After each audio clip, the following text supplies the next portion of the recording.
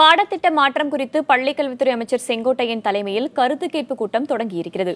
கூடுதல் தகவல்களை நமது செய்தியாளர் சுபாஷிடம் கேட்டறியலாம். சுபாஷ், இந்த கருத்து கேட்பு கூட்டத்தில் யார் யாரெல்லாம் பங்கேற்றிருக்கிறார்கள்? ஆலோசனையுடைய தற்போது நிலை என்ன?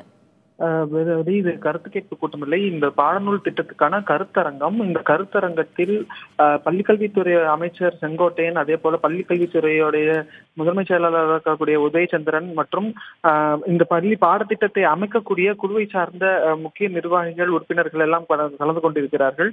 பாடத்திட்டத்தை வடிவமைப்பதற்கான பல்வேறு வழிமுறைகளை இந்த குழுவானது தர இருக்கிறது.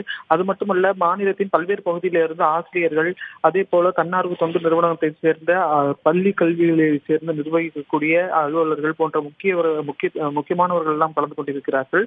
அது மட்டுமல்ல, ஜெர்மனி துணை தூதரின் சென்னை துணை தூதர் அவரெல்லாம் கலந்து கொண்டிருக்கிறார். எந்த அளவிற்கு பாடத்திட்டத்தில் வெளிநாட்டு கல்வியாளர்கள்லாம் கூட இதில் இடம்பெற்ற வகையில் இந்த கருத்தரங்கமானது அமைய பெற்றிருக்கிறது.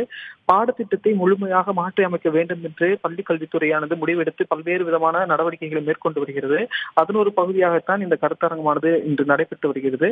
சுமாராக இன்று மாலை வரை இந்த கருத்தரங்கம் நடைபெறும். இந்த கருத்தரங்கத்தில் பல்துறை சார்ந்த வல்லுநர்கள் தங்களது கருத்துக்களை பள்ளிக்கல்வித்துறையில் எந்தெந்த மாதிரியான பாடத்திட்டங்களை கொண்டு வர வேண்டும் என்பதற்காக இந்த கருத்தரங்கமானது நடைபெற்று வருகிறது. தற்போதைய தகவல்களை வழங்கியமைக்கு நன்றி சுபாஷ்.